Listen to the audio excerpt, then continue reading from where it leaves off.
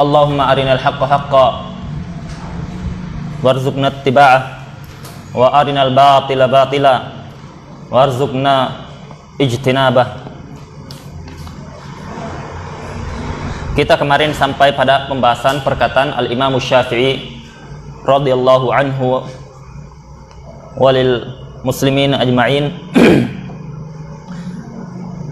tentang ucapan beliau masalah barang siapa yang man ahabba an yaftahallahu qalbahu wa yunawwirahu, barang siapa yang dia itu suka, cinta, Allah bukakan hatinya, wa yunawwirahu, dan memberikan cahaya terhadap hatinya, fa alaihi bitarkil kalam fi ma la ya'nih, maka hendaknya dia tinggalkan berbicara yang tidak memberinya manfaat, tidak dunia tidak juga akhirat.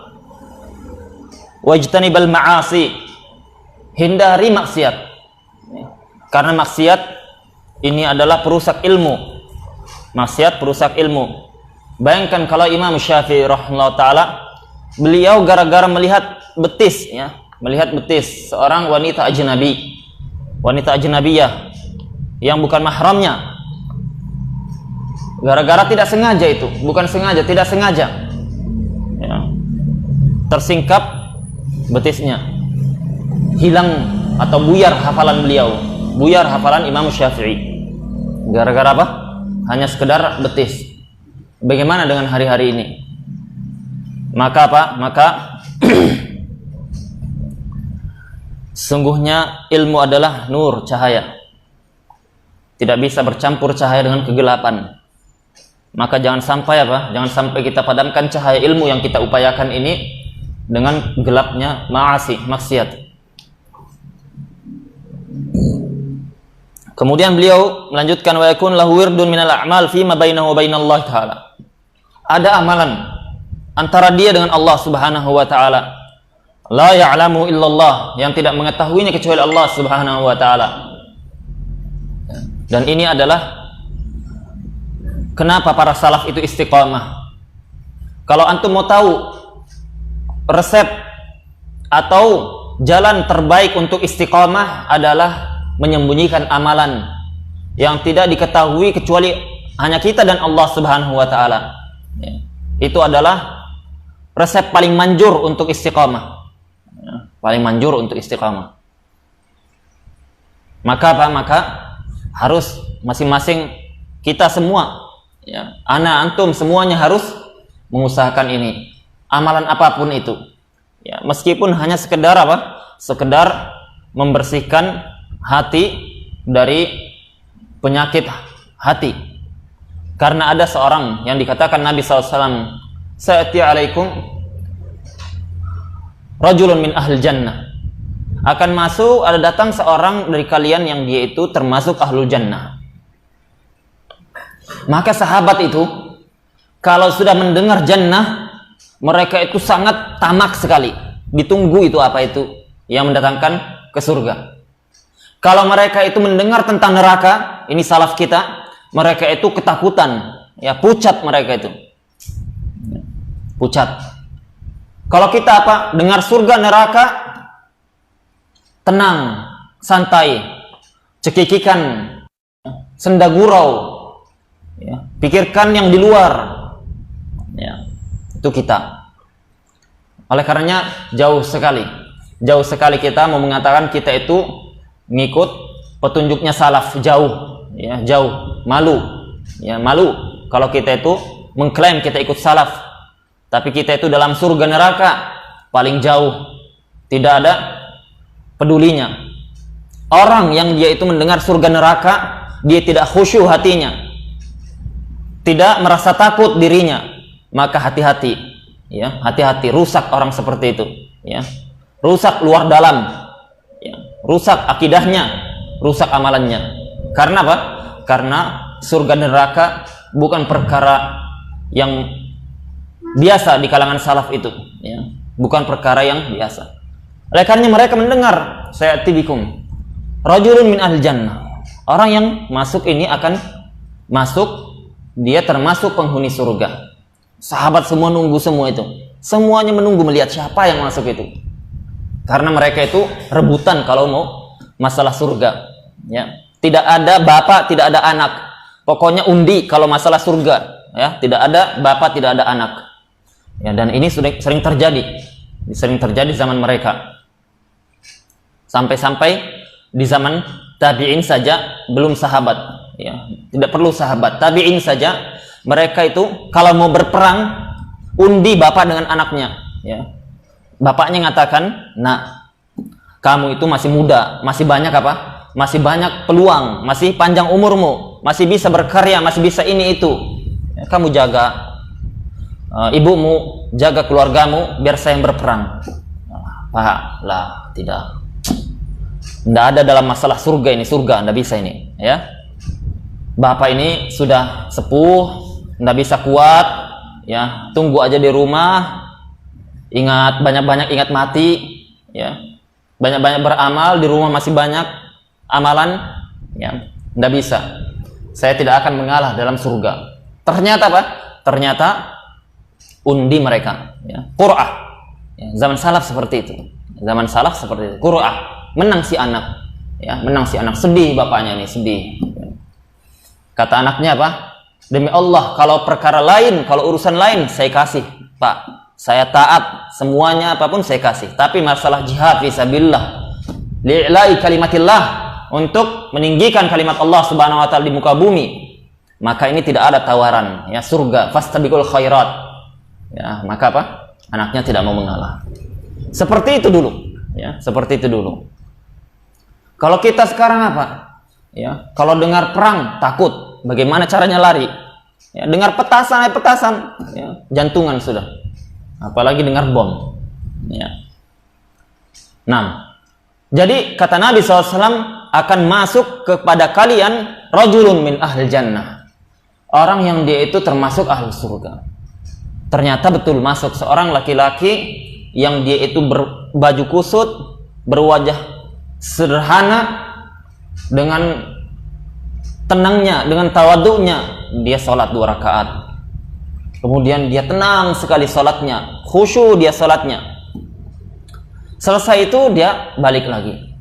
Besoknya Nabi mengatakan hal yang sama, akan masuk kepada kalian rajulun min ahlil jannah. Masuk dia, orang yang sama, balik lagi dia. Hari ketiga dikatakan lagi sama persis, ya, masuk lagi orang yang sama. Sahabat terheran-heran. Ya, ini pasti ada amalan rahasia, ada amalan spesial, kami pasti kalah yang tidak kami bisa lakukan. Ternyata ada seorang sahabat junior yang dia itu mengatakan kepada sahabat yang dikabarkan berita ahlul surga ini, "Wahai saudaraku, saya itu butuh tempat tinggal, saya mau ikut dengan kamu, begini begitu. Bagaimana? Engkau berkenan atau tidak?" "Oh, silahkan, ahlan wa sahlan." Sehingga dia ikut, ya, ikut bermalam. Ikut semalam, diperhatikan. Dia tidur, pura-pura tidur, perhatikan itu apa itu yang diamalkan orang ini. Ya. Ternyata apa? Biasa saja, biasa. Sholat malam, ya. Dia puasa, sholat sunnah, biasa. Seperti para sahabat lainnya, tidak ada yang istimewa menurut sahabat ini. Apa yang dia ini? Yang dia ini membuat Nabi SAW memberikan kabar gembira baginya.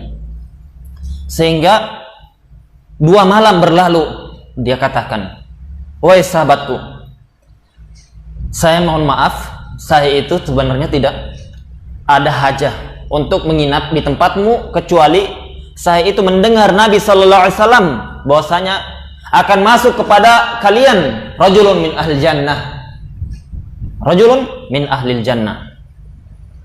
Sehingga saya itu penasaran, saya ikuti kamu, ternyata apa? Saya lihat amalanmu cuman seperti biasa saja. Semua sahabat seperti ini amalannya. Ya. Bahkan kalau sholat malam ada yang lebih banyak, yang puasa ada yang lebih tahan. Kenapa? Ya, katakan kepadaku, apa yang engkau sembunyikan? Apa itu? Pasti ada, tidak mungkin tidak ada.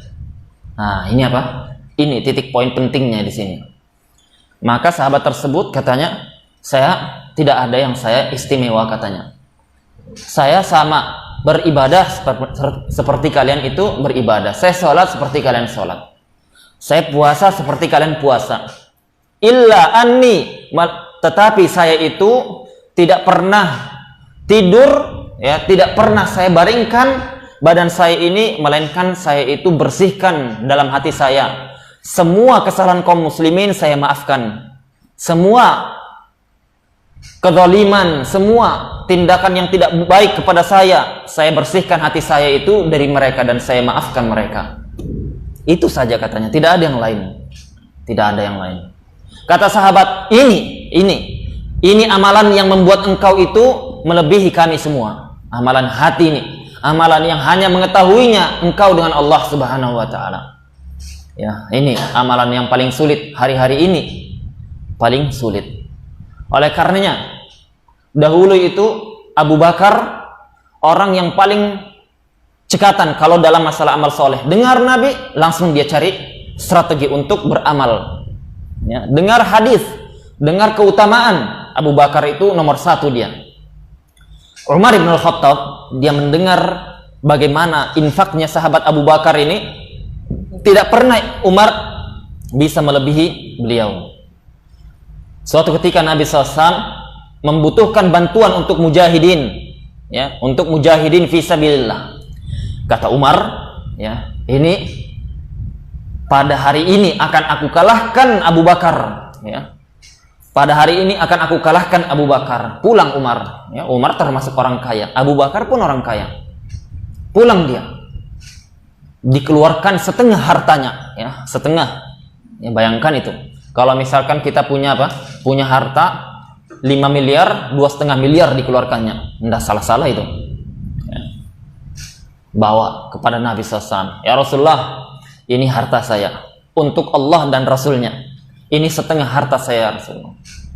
Apa yang kamu tinggalkan untuk keluargamu? Saya tinggalkan setengahnya lagi, ya Rasulullah. Luar biasa ini, setengah ini. Maka datang Abu Bakar. Ya, datang Abu Bakar, masih ada Umar di situ. Kata Abu Bakar, ya Rasulullah, ini harta untuk Allah dan Rasulnya. Dan ini adalah semua hartaku. Tidak ada tersisa di rumah, katanya. Tidak ada tersisa. Sampai-sampai dalam riwayat Umar bin Khattab itu takjub, tidak percaya dia. Sampai dia itu takjub, tidak percaya. Ya. Maka kata Rasulullah, ya Abu Bakar, madza khalafta li ahlik? Apa yang engkau tinggalkan untuk keluargamu, wahai Abu Bakar? Dia katakan, taraktuhum Allah wa rasuluh. Aku tinggalkan untuk mereka Allah dan Rasulnya. Tidak ada yang lain, Rasulullah. Itu cukup sudah untuk mereka, apa? Untuk mereka. Maka luar biasa, ya, sahabat seperti itu.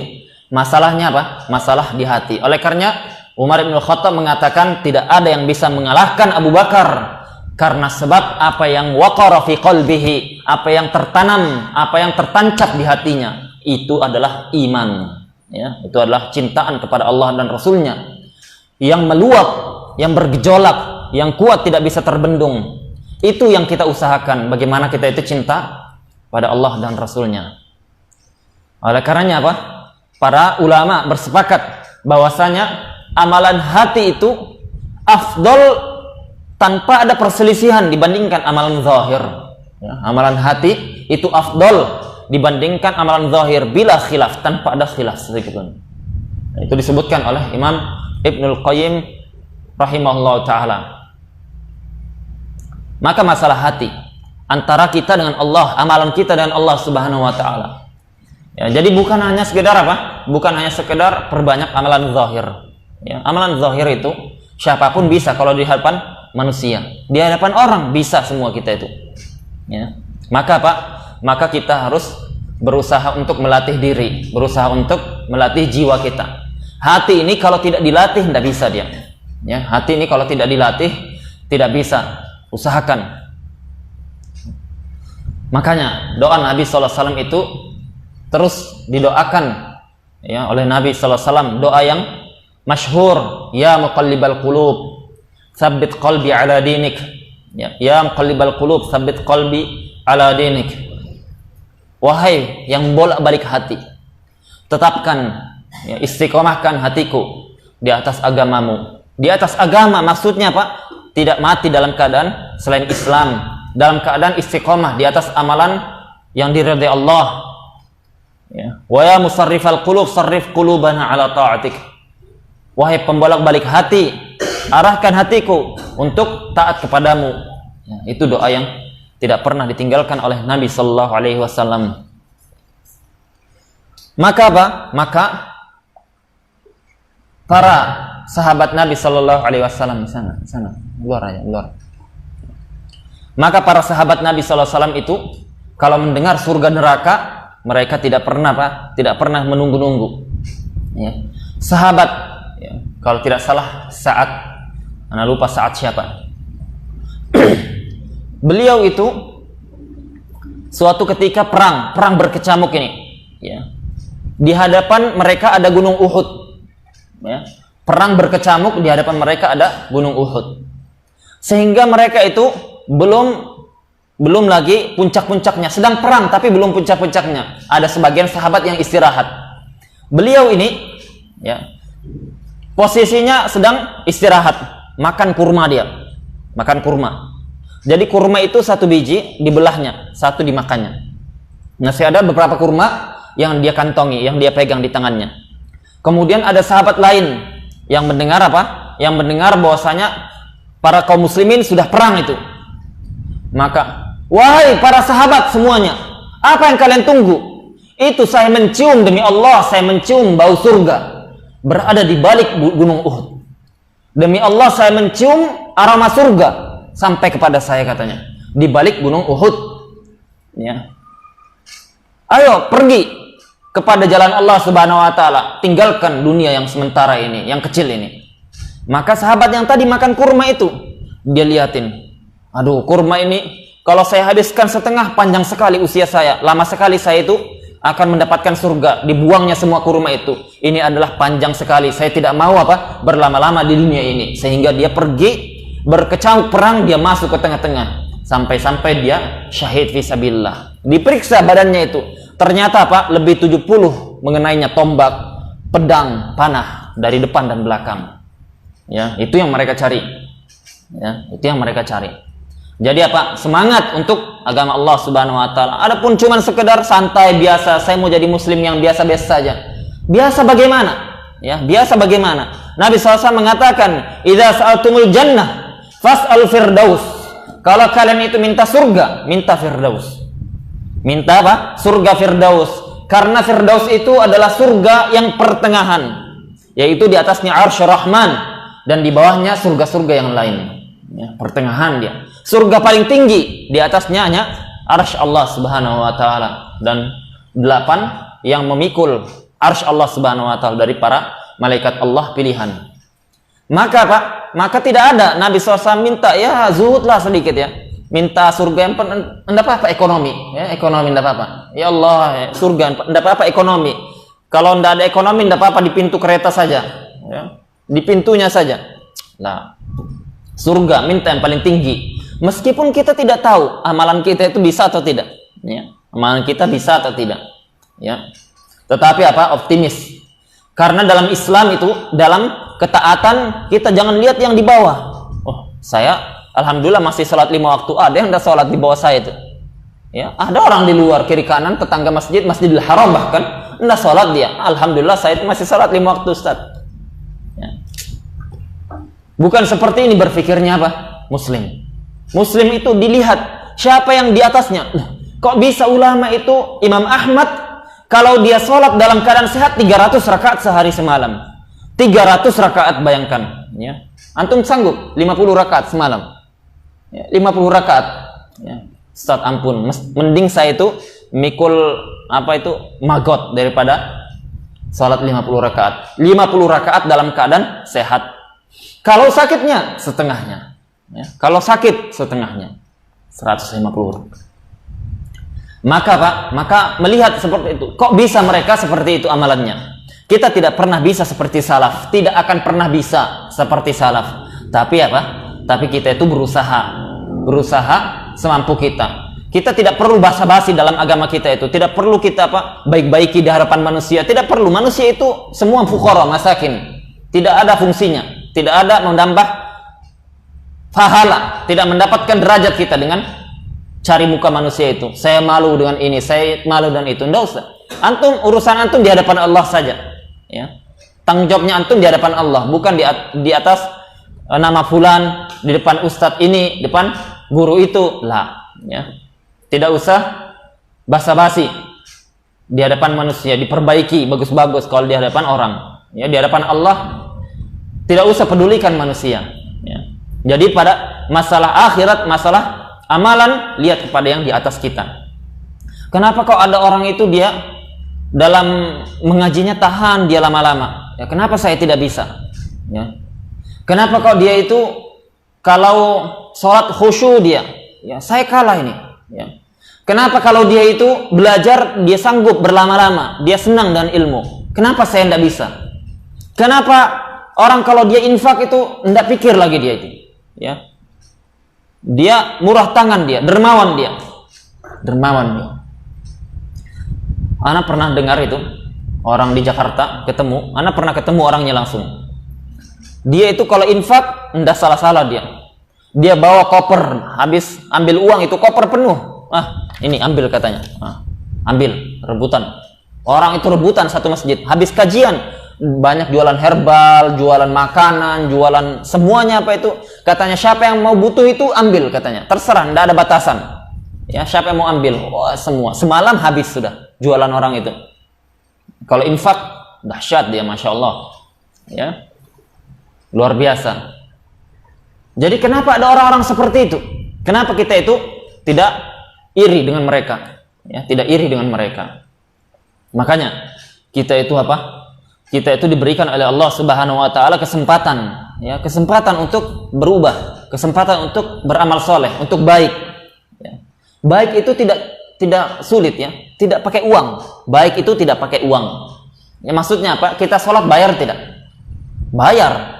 Tidak bayar. Kita sholat tidak bayar. Tapi orang yang dia itu mau apa? Mau minum khamr, mau masuk bioskop, mau pergi nonton musik, nonton apa? Drum, apa itu? Musik live ini semua, mau Korea, ya, apalah terserah itu yang rambutnya pirang seperti kambing jantan itu.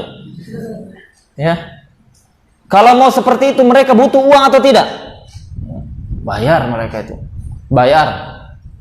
Pakai uang. Maksiat itu pakai uang dia. Ya. Itu pun apa? Ratusan orang, jutaan orang, miliaran orang tertarik.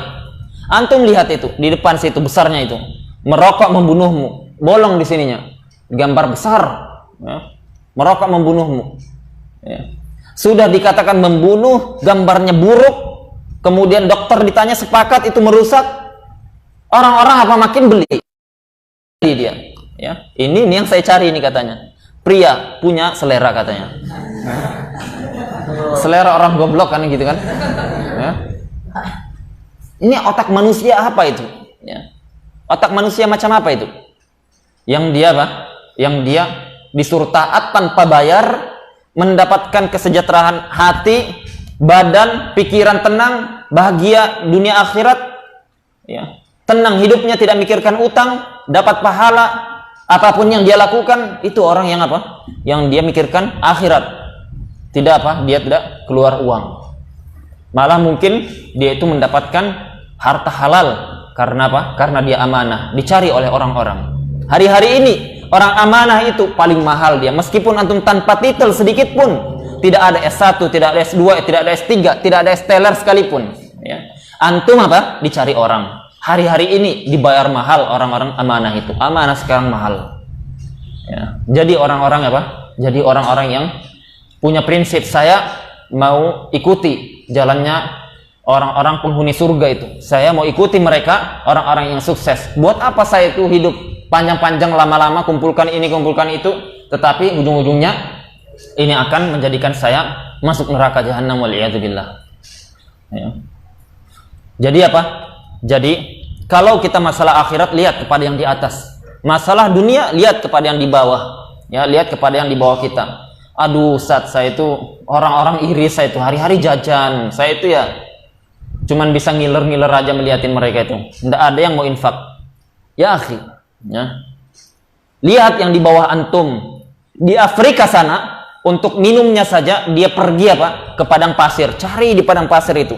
Di padang pasir nanti ada air sedikit tergenang yang sudah kotor dengan campuran tanah liat, itu diseroknya itu, diminumnya sedikit-sedikit tanpa lagi dimasak.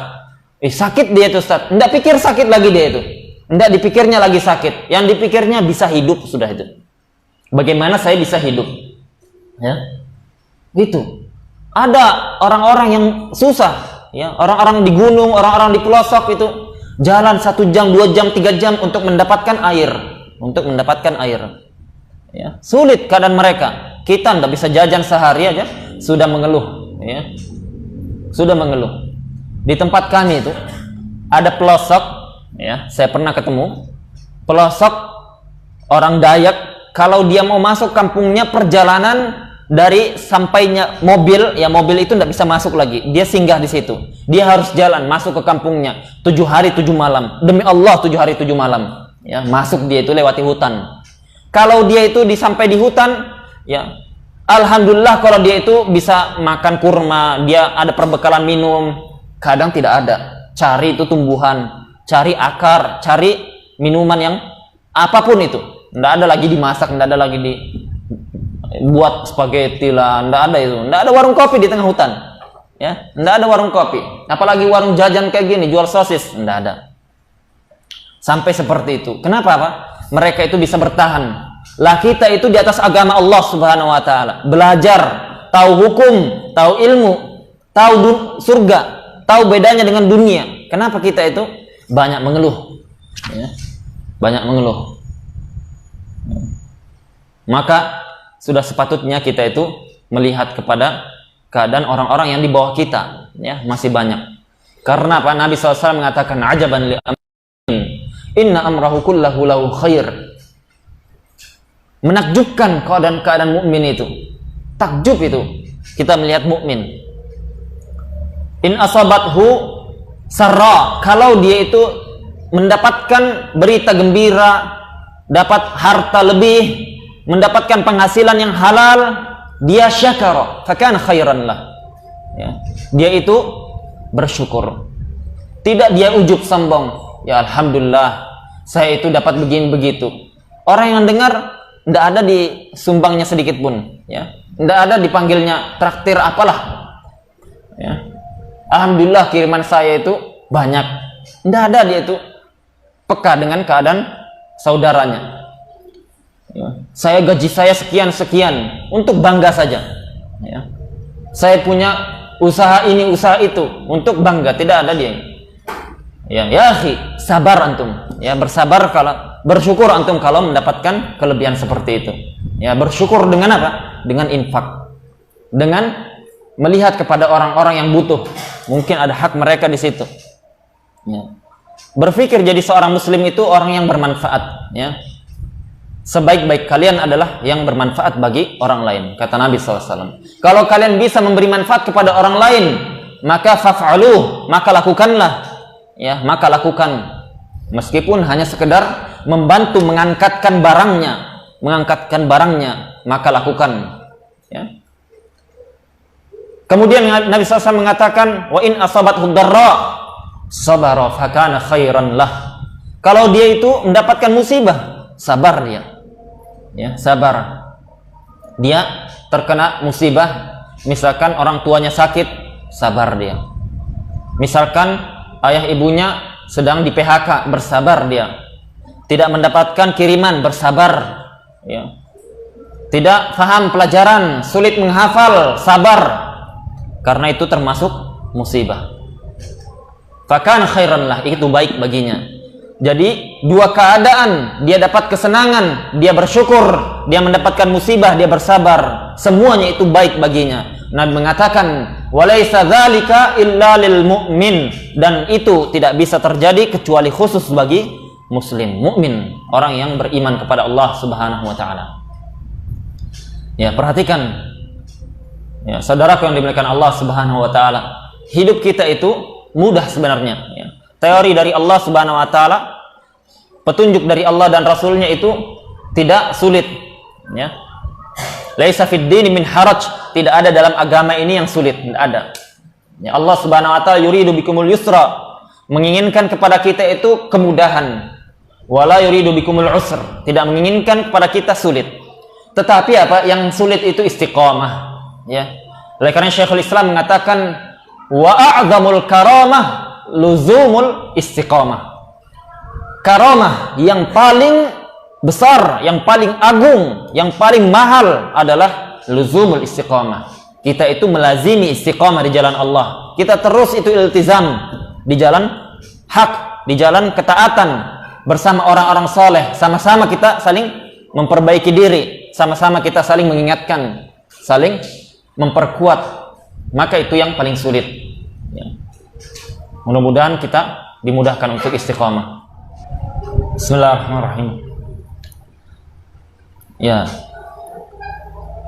ikhwani rahimallahu ta'ala, rahimakumullahu ta'ala.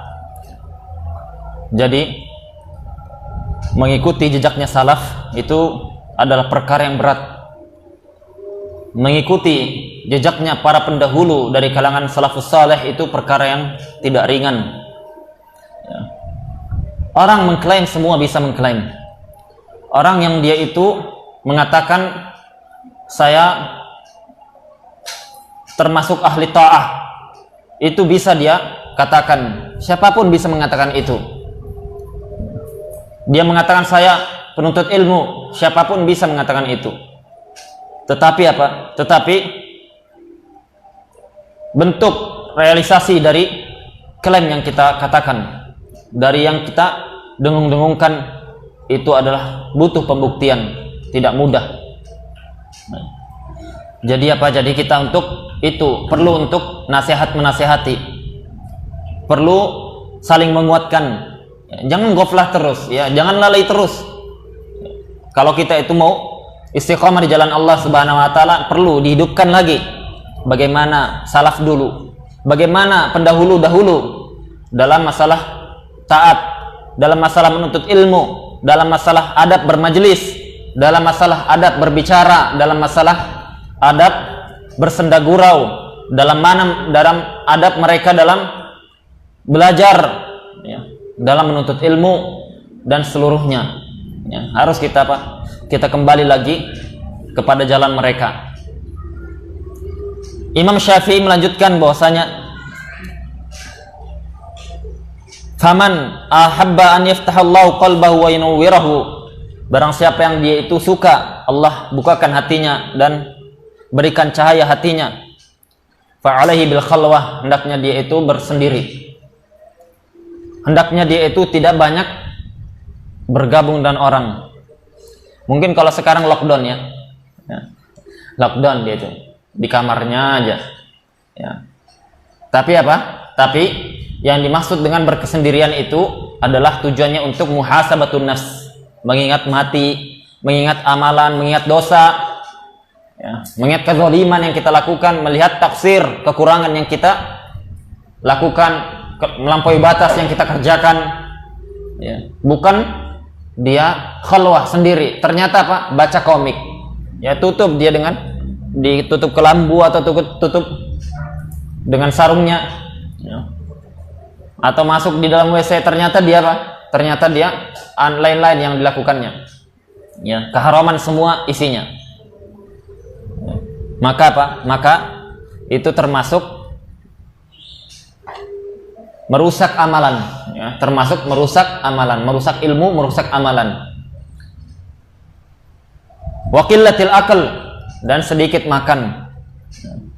Ini yang kemarin kita katakan apa? Kita tidak tinggalkan lagi salat malam atau witir, ya.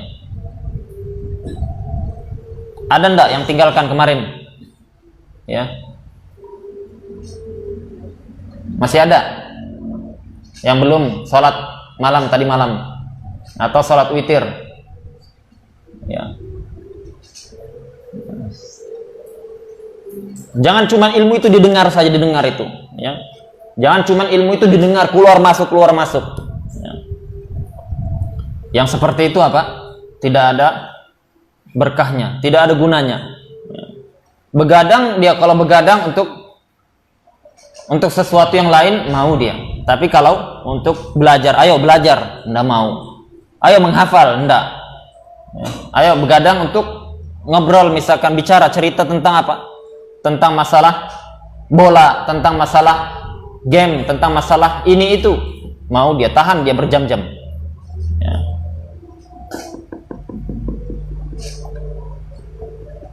Jadi apa?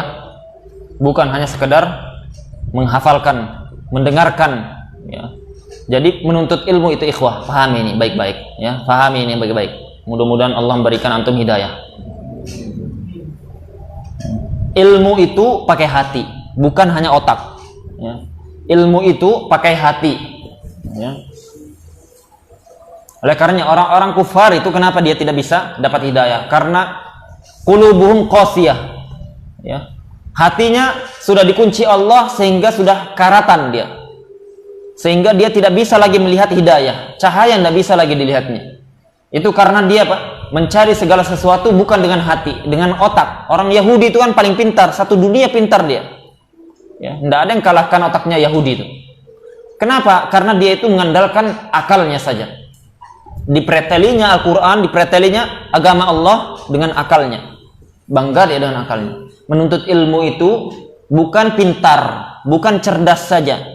Itu dibutuhkan, tapi apa? Yang paling dibutuhkan adalah kecerdasan hati, ya, kelembutan hati, ketawaduan hati, kerendahan hati, siapnya hati untuk menerima kebenaran. Itu yang paling dibutuhkan. Sekeras apapun Umar ibn Khattab, ya, sekeras apapun Umar ibn Khattab, tetapi hatinya lembut, hatinya itu jatuh di hadapan Allah Subhanahu wa taala sehingga dia diberi hidayah, tidak diberi Abu Jahal. Ya. Karena Nabi SAW mendoakan agar diberikan kekuatan Islam ini dengan masuknya salah satu dari mereka, Umar ibn Khattab yang masuk. Karena apa? Karena dia punya satu hal yang dilihat Allah Subhanahu wa taala layak untuk mendapatkan hidayah, yaitu hatinya lembut. Ya. Padahal dia keras sekali dalam masalah-masalah lain sebelum Islam maupun setelah Islam. Umar itu kalau ada masalah sedikit, ya Rasulullah, izinkan saya penggal lehernya. Ya Rasulullah, izinkan saya penggal lehernya. Ya Rasulullah, izinkan saya potong lehernya. Ya Rasulullah, izinkan saya. Tidak ada dia itu basa-basi. Ya Rasulullah, ingkari aja dalam hati, kasihan dia itu. Ya, enggak. Ya, Umar sekali aja. Ya. Ada yang macam-macam sedikit, izinkan penggal lehernya ya Rasulullah. Ya. Kencang Umar itu. Ya, dibutuhkan dalam Islam orang-orang seperti itu. Ya, dibutuhkan. Ya. Nggak mau setan lari. Kalau melihat jin itu melihat aja Umar itu jalan. Cari dia wadi, jalan yang lain, jalur yang lain. Nggak berani dia. Umar itu kan kalau jalan, karena dia termasuk orang yang tidak terlalu tinggi, pedangnya itu jalan seret-seret, seret-seret jalan. Terseret-seret pedangnya itu karena dia pedangnya panjang. Ya. Kenapa? Jadi kalau sekali tebas, tertanggal orang itu. Nah, mendengar itu syaitan itu lari sudah. Ya. Tapi hatinya lembut. Ya. Diingatkan ayat Allah Subhanahu wa taala, meninggal Rasul sallallahu alaihi wasallam. Ya, meninggal Nabi sallallahu alaihi wasallam meninggal, dikabarkan oleh sahabat. Maka Pak, seisi masjid itu terdiam semuanya. Tidak ada yang Tidak ada yang berani komentar. Berdiri Umar, ya. Umar berdiri. Tidak terima dia. Karena apa? Orang yang paling dicintai meninggal. Orang yang paling jadi teladan baginya. Orang yang paling dia itu inginkan kehidupannya. Orang yang paling diinginkan dekatnya.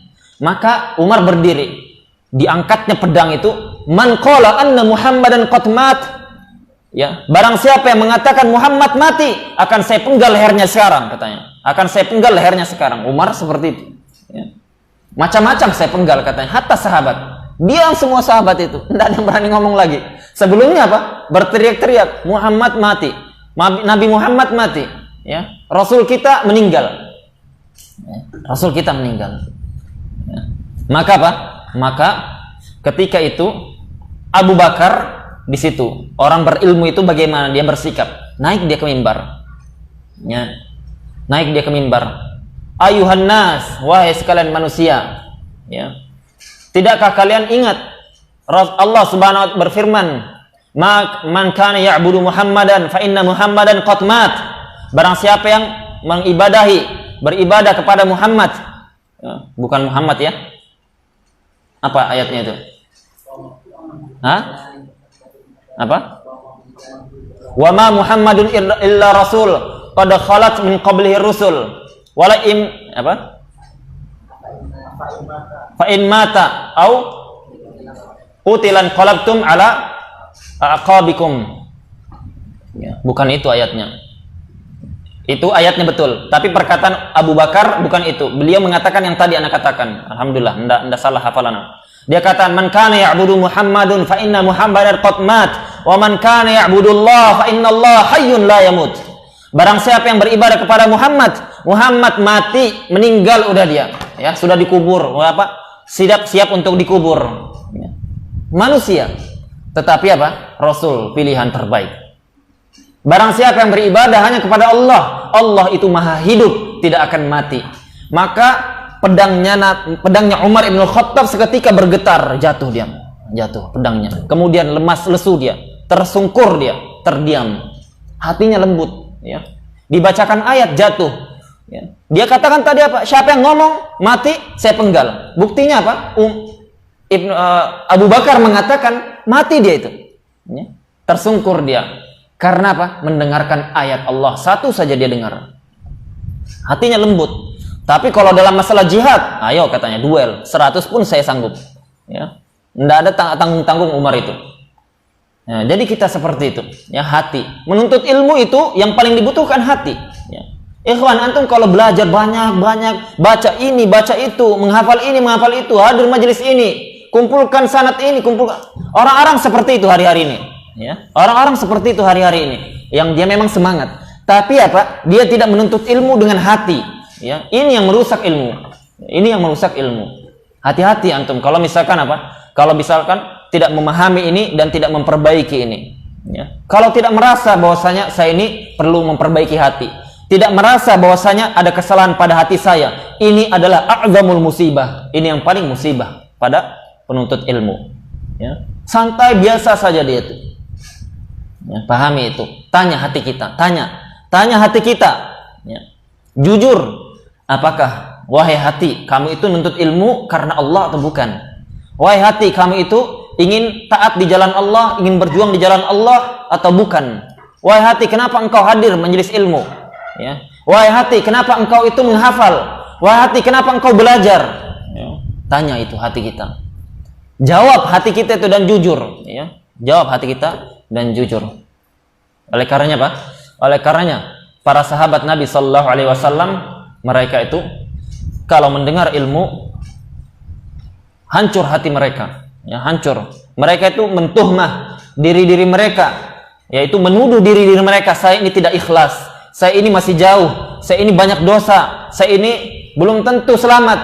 Mereka mentuhmah, menuduh diri mereka tidak ikhlas, menuduh mereka hati mereka rusak, menuduh hati mereka itu belum khusyuk, belum lurus. Ya, itu mereka. Oleh karena itu adalah amalan yang paling sulit. Ya, amalan yang paling sulit. Maka apa? Maka perhatikan itu.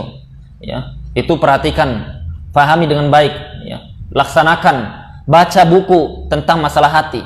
Lihat sirah sahabat, lihat sirah. Kalau tidak, demi Allah, antum akan melihat hasil akhir antum yang menyesal. Ya. Demi Allah, kalau tidak diperbaiki dari sekarang, tidak kita olah hati kita, kita akan merasa bahwasanya kita belajar tidak ada dapat hasil apapun, bahkan kita akan menjadi bumerang suatu saat nanti.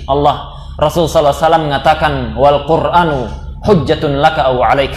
Al-Qur'an itu akan menjadikan syafaat bagi kalian, penolong bagi kalian, atau bisa juga menjadi bumerang bagi kalian. Meskipun kalian itu hafal dengan lancar seperti Al-Fatihah, satu Al-Quran itu, hafal kalian itu ilmu dari A sampai Z, hafal hadis, hafal ini, hafal itu, ya banyak kalian hafal, tapi kalau kalian tidak mendapatkan manfaat dari ilmu itu, maka itu akan menjadi bumerang kelak yaumul qiyamah. Orang yang berilmu, yang dia tidak khusyuk hatinya, tidak berusaha memperbaiki diri, maka dia diazab sebelum diazabnya orang-orang kufar itu. Waliyadzubillah. Semoga Allah subhanahu wa ta'ala menghindarkan kita dari yang semisal itu. Wa qillatil akal wa tarki mukhalatah as-sufaha. Ini masih kita ulangi perkataan ini karena perkataan ini sangat syarat faidah, maknanya sangat dalam sekali, datang dari seorang alim ulama yang dia itu secara nasab baik, secara nama tidak pernah tidak pernah tertulis sedikit pun kesalahan dalam masalah akidah, tidak pernah tertulis sedikit pun nama yang buruk, ya, sepanjang sejarah. Oleh karenanya Pak, beliau itu diberikan taufik oleh Allah Subhanahu wa taala dalam berucap. Beliau mengatakan, barang siapa yang dia mau diberikan hati yang lapang, hati yang dibukakan oleh Allah Subhanahu wa taala, cahaya oleh Allah Subhanahu wa taala, dia itu hendaknya tarki mukhalatah as-sufaha, menjauhi orang-orang yang safih, orang-orang yang dia itu tidak bisa membedakan yang baik dan yang buruk, tidak bisa dia itu menjaga dirinya dari yang baik dan yang buruk, tidak paham dia itu, ya. Jauhi yang mereka seperti itu, ya, jauhi. Jangan sering dekat-dekat. Antum lihat pebisnis saja, pebisnis yang sukses, dia itu temannya siapa? Dicarinya orang yang sukses. Nggak mau dia dikumpul dengan pedagang asongan yang biasa-biasa saja. Nggak mau dia itu dekat-dekat tukang beca yang kerjanya merokok, main domino, kerjanya hanya minum kopi, santai dulu, ya. Nggak ada waktu azan, nggak ada, ya. Nggak ada azan, nggak ada iqamah, nggak ada, ya. Pokoknya dia santai, waktu tidur dia lewat semuanya Pak, lewat semuanya kewajiban. Waktu apa? Waktu dia nafkah kepada keluarganya disuruhnya zuhud, ya. Disuruhnya zuhud, dia beli rokok hari-hari, kerjanya beli kopi hari-hari. Itu sufaha namanya, sufaha, ya, orang-orang yang dia itu apa? Bodoh kuadrat, ya. Orang yang bodoh kuadrat. Jangan dekati orang-orang seperti itu, ya. Jangan dekati. Maksudnya apa? Jadi teman dekat. Jadi orang yang dia itu, kita itu sampai dekat dengan dia sehingga kita itu bisa terpengaruh dengannya, ya. Tapi kalau kita dakwahkan dia, kita dekati dia untuk kita ajarkan dia, itu adalah sesuatu yang masyru', yang disyariatkan. Tapi kita jadikan teman dekat, ya. Teman dekat kita ini kerjanya apa? Sendagurau terus, ngobrol terus, itu sufaha. Jauhi dia, ya, jauhi dia. Wa bughdhi ahli ilm ladzina la yuriduna bi'ilmihim illa dunya. Dan apa? Dan jauhi, benci, tinggalkan ahlul ilm yang dia itu belajar dia, tetapi dari hasil belajarnya itu tujuannya cuma dunia saja, ya. Bicaranya apa? Bicaranya komersil saja, duit saja, fulus saja, ya. Bagaimana kita ini kan sudah bisa bahasa Arab. Bahasa Arab ini kalau kita buat online, satu orang itu daftarnya 100.000, ya. Bayangkan kalau misalkan kotanya itu 100.000 kali 100 berapa? Ya, 10 juta. Ya, 10 juta. Lumayan, satu bulan 10 juta. Ya, 10 juta bisa kita pakai jalan-jalan ke Dufan, pakai jalan-jalan ke Gucci, ya. Bisa kita santai-santai, ya. Kalau Al-Qur'annya 100.000, kalau ajarkan fikih sekian, ajarkan ini sekian, ya. Orang seperti ini mati ke laut saja, ya. Orang seperti ini mati ke laut saja dia itu, ya. Otaknya itu komersil saja. Boleh tidak mengambil upah dari hasil mengajar? Boleh. Para ulama membolehkan itu secara fikih, ya. Tapi bukan jadi komersil, pahami itu. Karena karena uang yang kita hasilkan dari mengajar itu lebih baik, tetapi kalau kita tidak jadikan komersil, paham ini, ya. Ini butuh pemahaman yang baik. Kenapa? Karena itu mengganti waktu kita untuk mengajar, ya. Waktu kita untuk mengajar, ya ikhwan. Ulama kalau dia disuruh bekerja, cari ke pasar, ya, untuk cari bawang, ini garam, kebutuhan keluarganya, ya. Bisa ndak dia itu sempat lagi fokus murojaah ilmu, menghafal ilmu, belajar ngajar? Ulama disuruh seperti itu, sulit dia.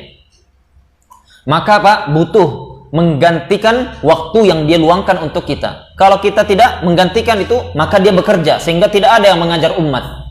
Nah, ini yang disebutkan oleh Syekh bin Baz, yang disebutkan oleh para ulama. Dia berhak mendapatkan itu, ya. Jangan disuruh terus zuhud, ya. Apa-apa zuhud, ikhlas Ustaz.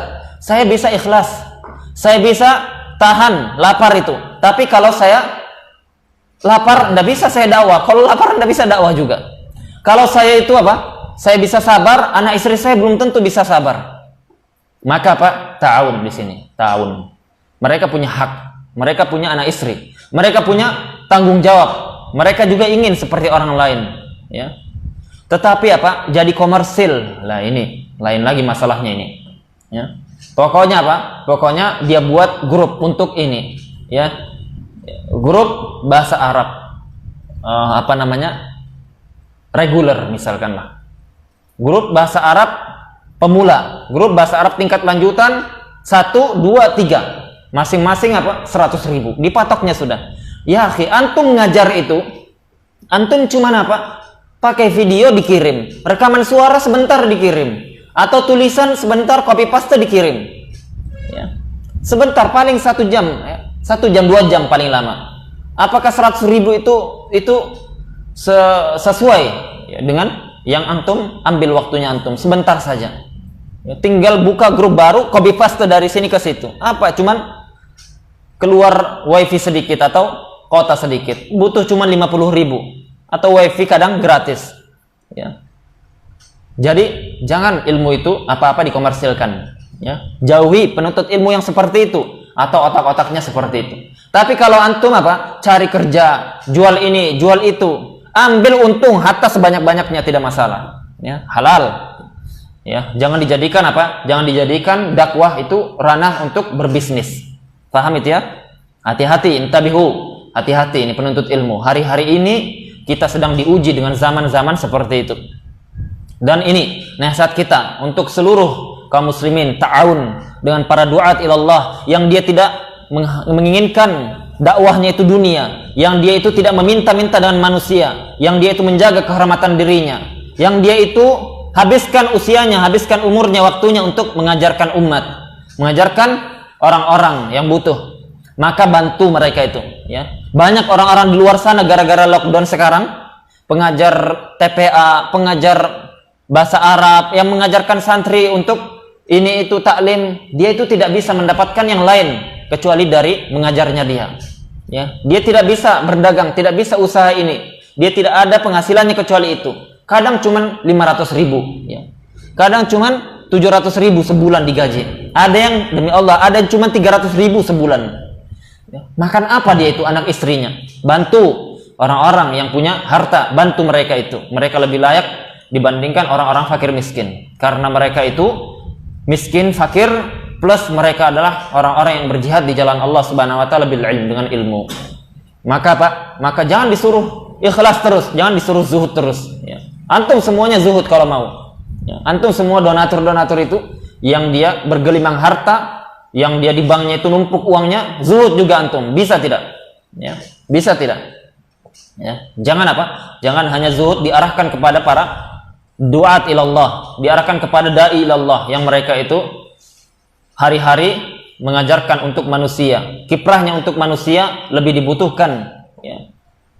Jadi apa? Jadi kita harus pahami, jangan berlebihan, jangan juga terlalu menggampangkan perkara. Maka mereka itu butuh bantuan, ya. Butuh bantuan. Kalau tidak bisa kita bantu dengan mereka, bantu carikan usaha. Ustadz, kami tidak kasih antum upah ini itu, tapi kami kasihkan usaha ini, Ustadz, usaha antum, ya, buat misalkan dagangan apa itu yang bisa dia laksanakan, ya. Nanti antum setiap sekian dapat komisi sekian, Ustadz. Atau antum kami kasih kerjaan ini untuk membantu kami dalam masalah ini, dalam masalah itu.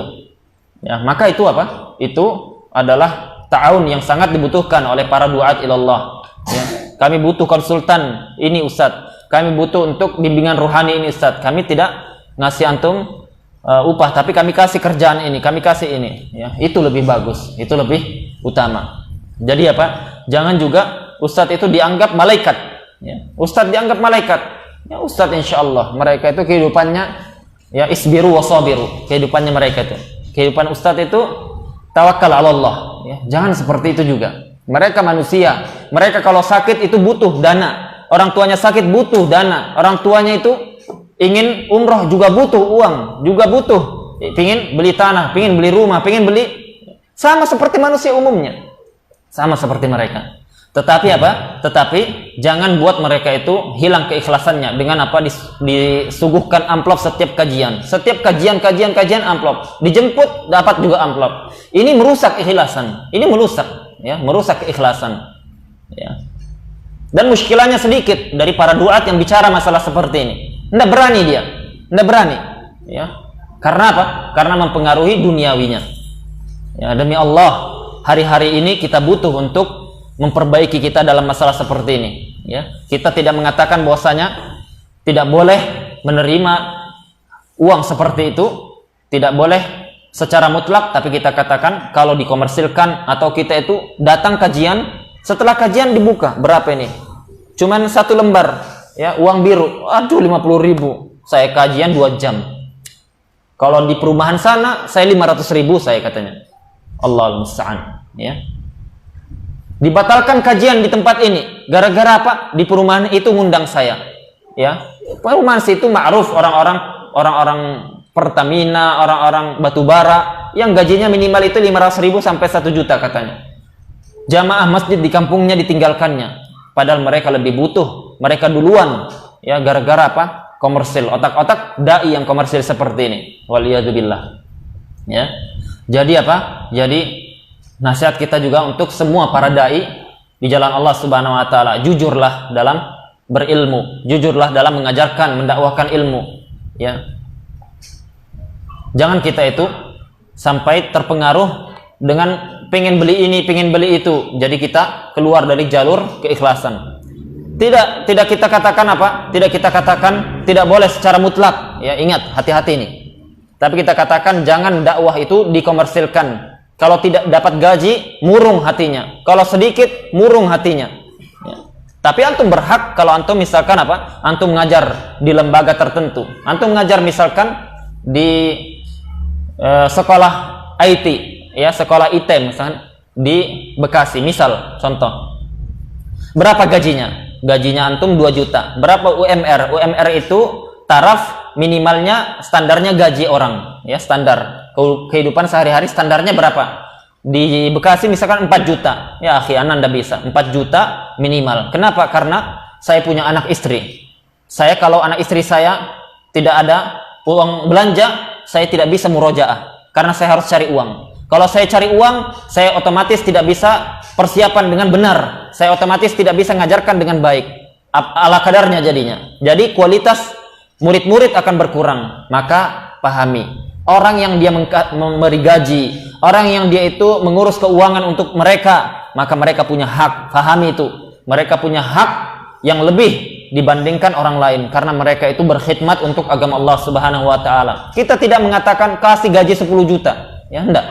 Ya, kasih yang mereka itu bisa fokus untuk menuntut ilmu, fokus persiapan, fokus mengajar. Tidak mereka lagi apa? Tidak mereka lagi cari pekerjaan ini, cari pekerjaan itu untuk menutupi kekurangan mereka. Padahal mereka tidak sedang menginginkan banyak-banyakan harta. Cuman mau hidup biasa, sederhana seperti orang lainnya. Maka pahami ini, jangan sampai kita salah paham. Kemudian terakhir, alladzina laisa ma'hum insaf wala adab, yang tidak ada insafnya, tidak punya adab juga. Ya. Dan ini masalah insaf dan masalah adab ini insyaallah akan kita kaji dengan kita kupas detail. Ya, karena ini sudah lama ingin kami kupas masalah insaf, yaitu masalah pertengahannya ahlu sunnah dalam perkara-perkara perselisihan dan yang semisalnya. Yaitu kalau kita dimudahkan Allah Subhanahu wa taala, kita kaji nanti malam Sabtu biidznillah taala. Ya, kita fikih, ya. Kita fikih zakat kita tunda dulu. Masih ada waktu insyaallah. Ini lebih butuh hari-hari ini karena hari-hari ini, ya, pahami, hari-hari ini orang-orang berselisih. Ini berselisih dengan itu. Murid ini berselisih dengan murid itu. Guru ini berselisih dengan guru itu. Ustadz ini dengan ustadz itu. Ya, dai ini dengan dai itu. Berselisih di mana-mana, banyak sekali penyakit hati. Ya, ada 2 penyakitnya. Penyakitnya ada 2. Yang pertama khalal ilmi, penyakit masalah ilmu, lemahnya ilmu. Ya. Dia baru baca 1-2, dia sudah klaim ini yang hak final sudah. Tidak ada lagi perselisihan, tidak boleh berselisih. Padahal dia baru mendapatkan kulitnya kulit. Ya, dia belum lagi mutalaah perkataan para ulama. Ya. Atau dia itu belajar dari sebagian penuntut ilmu saja, baru dari sebagian guru saja, baru dari sebagian ulama saja. Ya, yang apa? Yang ulama lain menyelisih pendapat itu. Perkara-perkara seperti ini khalal ilmi namanya. Ini sebab utama pecahnya Ahlussunnah sekarang. Sebab utama rusaknya Ahlussunnah sekarang. Ya, Ahlussunnah pecah. Ahlussunnah sekarang rusak. Ya, tanpa ragu-ragu. Gara-gara apa? Gara-gara khalal ilmi. Ini dinasihatkan oleh para kibar ulama dari sejak Syekh bin Baz, sejak Syekh Utsaimin, sejak dahulu mereka sebelum mereka, ya. Mereka para ulama sebelum mereka jauh hari sudah menasihatkan, ya. Di antaranya Al-Imam Ibnu Rajab Al-Hanbali, di antaranya Imam Az-Zahabi, di antaranya Syekhul Islam dan Ibnu Qayyim dan lain-lain. Banyak yang menasihatkan masalah itu. Sampai dibuat buku banyak dalam masalah ini. Ya. Itu yang pertama, rusaknya dalam masalah ilmu, yaitu dia menganggap sudah final. Dia menganggap ini tidak boleh beda lagi sudah. Padahal apa? Padahal diperselisihkan. Banyak yang seperti ini banyak. Ya, alhamdulillah Allah Subhanahu wa taala beri kami taufik belajar dengan masyayikh di Yaman. Ternyata banyak ilmu yang kita belajar dari guru-guru kita. Ternyata apa? Ternyata itu bukan sesuatu perkara yang harus kita walawal barok, ya. Banyak yang seperti itu. Tanpa mengurangi rasa hormat kita kepada guru-guru kita yang mengajarkan dahulu. Tetapi kita katakan bahwasanya al-insafu aziz, ya.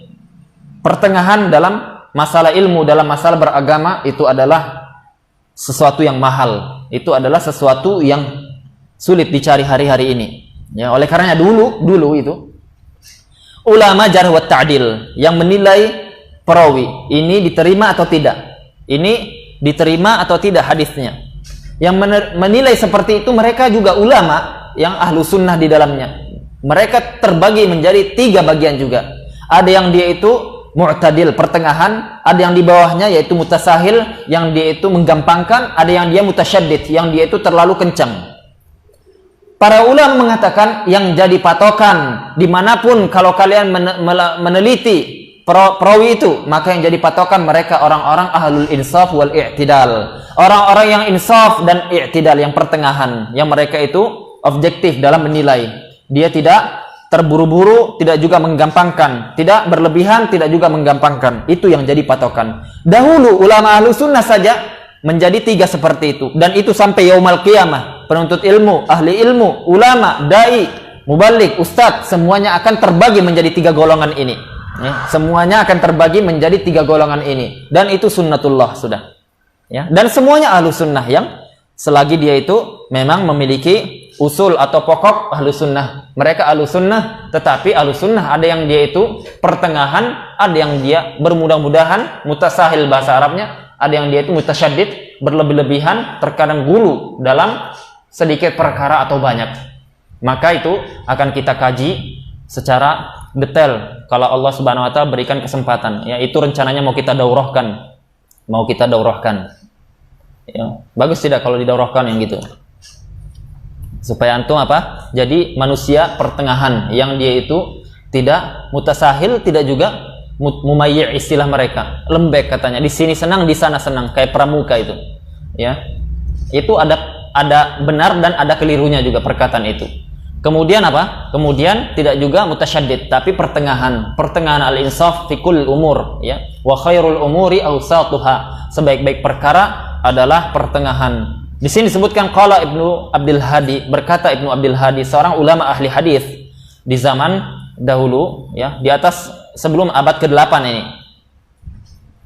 Beliau mengatakan, "Wa ma tahalla talibul ilm bi syai'in ahsan minal insaf wa tarkit ta'assub." Tidaklah penuntut ilmu itu berhias diri dengan sesuatu yang lebih baik, yang lebih mulia dibandingkan insaf, yaitu pertengahan, objektif. Ya, pertengahan objektif, ya. Tidak mutasahil, tidak mutasyaddid. Mutasahil bermudah-mudahan sekali, pokoknya semuanya tidak ada ingkar, tidak boleh diingkari, semuanya, pokoknya semuanya kawan, ya. Tidak ada agama seperti itu, ya. Itu apa? Orang yang menggabungkan semua pemikiran, itu adalah jalannya liberal, ya. Dan semuanya paham itu, anak kecil saja paham yang baru belajar, ya. Kemudian apa? Tidak juga terlalu gulu, ya, berlebihan, semuanya diingkari, semuanya diingkari. Pokoknya tidak ada yang kena, tidak ada yang selamat dari lisannya, semuanya kena, ya. Tidak ada yang ahlus sunnah kecuali dia, tidak ada yang di atas jalan salaf kecuali dia, ya. Ini juga apa? Ini juga intabih, perhatikan hari-hari ini Banyak yang seperti itu, ya. Karena apa? Karena tidak tahu. Mungkin dia ketika belajar itu ngantuk, ya mungkin. Ya. Atau ketika belajar tidak selesai. Atau ketika baca buku baru setengah. Atau dia itu belajar dengan guru yang sedikit masih. Ya, tidak banyak berguru. Karena itu salaf dahulu banyak gurunya. Imam Syafi'i lebih 5.000 gurunya. Imam Bukhari lebih 5.000 gurunya. Ya bayangkan itu. Ya. Jadi apa? Kalau kita belajar dari banyak guru ahlu sunnah, mereka akan membukakan otak kita itu, membukakan madarik kita, sehingga kita itu tidak terpaku dengan satu pendapat, satu pemikiran saja yang ternyata boleh jadi keliru. Ya. Jadi kaji perkataan para ulama. Jangan keluar dari jalurnya salaf. Jangan keluar dari jalurnya salaf. Itu ditanbih terus oleh para masyayikh kita, guru-guru kita. Yang dia itu apa? Katanya, tidak ada yang lebih baik, lebih husn, lebih afdol dibandingkan orang penuntut ilmu yang dia berhias dengan insaf, sikap adil, wa tarkit ta'assub, dan meninggalkan fanatisme, ya, meninggalkan fanatisme. Orang fanatisme hari-hari ini juga banyak, ya. Orang yang dia berakidah, ya, fanatisme dia dengan kelompoknya, ya. Padahal apa? Padahal kita ketahui bahwasanya dalam perkara akidah itu ada yang dia usul, ada yang furu'. Ya, seperti yang kemarin dikaji oleh Ustadz kita, Ustadz Tabrani. Ya, ada yang dia berselisih ulama, ya, dalam masalah-masalah yang bukan usul akidah, yang tidak boleh berselisih. Usul akidah tidak boleh berselisih, satu pun tidak boleh, tidak ada basa-basi. Tapi furu' akidah ada berselisih ulama, yang itu juga apa? Yang itu juga tidak boleh kita fanatisme di dalamnya. Seperti itu juga dalam masalah ahkam, dalam masalah dzanniyat, dalam masalah fikih. Ya, hari-hari ini orang-orang fanatisme banyak. Yang bermadhab fanatisme, yang tidak bermadhab pun fanatisme. Dengan siapa? Dengan gurunya, ya, dengan ulamanya. Ya, pokoknya kalau bukan pendapat Syekh A, tidak mau dia. Ya. Maka itu semuanya adalah tercela. Orang yang pertengahan adalah orang-orang yang dia diberi taufik oleh Allah Subhanahu Wa Taala, itu akan ada sampai akhir zaman. Ya. Akan kita kaji, biidznillah. Semoga Allah Subhanahu Wa Taala memudahkan kita, memberikan kita umur panjang untuk mengkaji masalah yang penting seperti ini. Nanti apa? Kita akan berikan daurah. Semoga Allah mudahkan, ya. Mungkin ini yang bisa kita sampaikan. Kalau ada salah kata, mohon maaf. Ya, beginilah orang Kalimantan, ya. Nah, orang Kalimantan seperti ini. Ala kadarnya. Iya, Zakir. Ya. Tapi apa? Tetapi kita memohon ampun kepada Allah Subhanahu Wa Taala. Semoga Allah Subhanahu Wa Taala memberikan ampunan kepada kita semua. Aqulu qauli hadza subhanakallahumma wa bihamdika asyhadu an la ilaha illa anta astaghfiruka wa atubu ilaik. Assalamualaikum warahmatullahi wabarakatuh. Yuk salurkan donasi Anda untuk Pondok Pesantren Darussalam ke nomor rekening ini. Syukron jazakumullahu khairan.